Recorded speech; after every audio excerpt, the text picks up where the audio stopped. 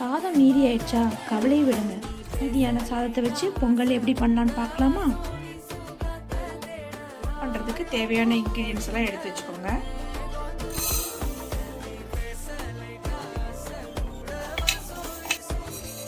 பருப்போட colour change ஆயிடுச்சு. அடுப்பை of பண்ணிவிட்டு நல்லா கழுவிட்டு வந்துடலாம். பருப்பு கலவை 1 கப் தண்ணி ஊற்றுறேன்.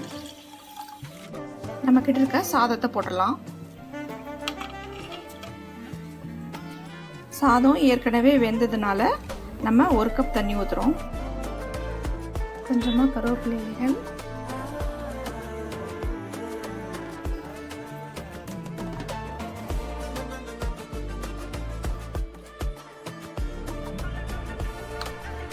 தேங்காய் சட்னி ரெடி ஆயிடுச்சு.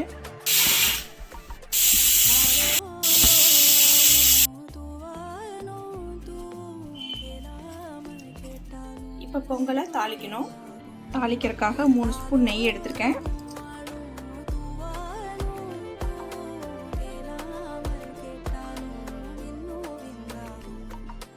இந்த தாளிச்சதை எடுத்து பொங்கலில் போட்டுக்கணும். சுவையான பொங்கல் ரெடி ஆயிடுச்சு.